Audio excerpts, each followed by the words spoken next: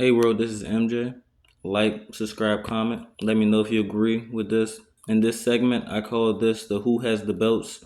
Today we're doing the welterweight division, which is 147. Disclaimer: Terrence Crawford still has majority of the belts until he fights at 154. So with that being said, let's get into it.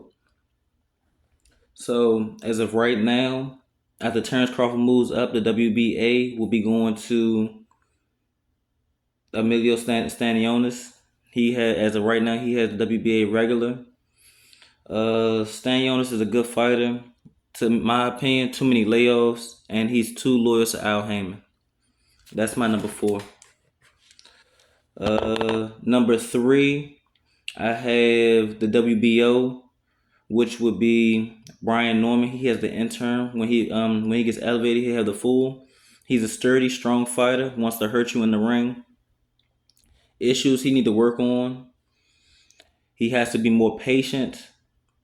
His style kind of reminds me of a earlier Sean Porter when he wants to get out the action. Doesn't really worry about his head because he's been cut a few times.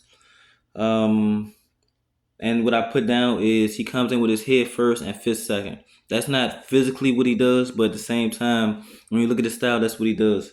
And he's my number three. So the number two, the WBC, that will be Mario Barrios once Terrence Crawford moves up. In my opinion, Mario Barrios has the best resume out of all of them. He's fought Tank, he's fought Ugas, and he's fought Keith Thurman. Now I can't remember who he fought at the lower weight classes, but at 140 he did fight Tank, and then from there he moved up to 147. And with that being said, my number one, of course, is Jaron Bruce Ennis. He holds the actual IBF title. In my opinion, I do want to see him versus Terrence Crawford. That would be a match made in heaven. Both of them are switch hitters. But like everybody says, Jaron Bruce Ennis needs to get his numbers up before he challenges the big dogs, if that makes sense. So with that being said, now we're gonna go to my hypothetical. We're gonna call this the Super Four welterweight tournament. So I would have Jaron Bruce Ennis versus Stanionis, Barrios versus Brian Norman. So Jaron Bruce Ennis versus Stanionis. I feel like Jaron Bruce Ennis is basically gonna find a way to get it done.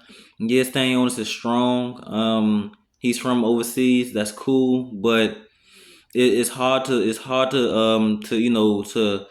fight that type of style. So in the aspect of when you're in training camp, it's hard to really find, sparring partners that can really duplicate what Jerome Bruce Ennis can do. On the other side, we have Barrios versus Brian Norman. Now this is gonna be a good fight. I'm not gonna lie to you. Styles make fights, but me myself, I look at who's been under the big lights. Even if you won, lost, how you lost does matter, but at the same time, it's who had the bigger fights, who's been in the bigger moments, and in my opinion, that's Mario Barrios. So I feel like Mario Barrios will win.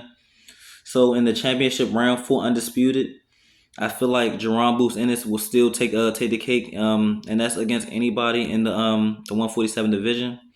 And the reason being, it's hard to put a training camp together against a switch hitter.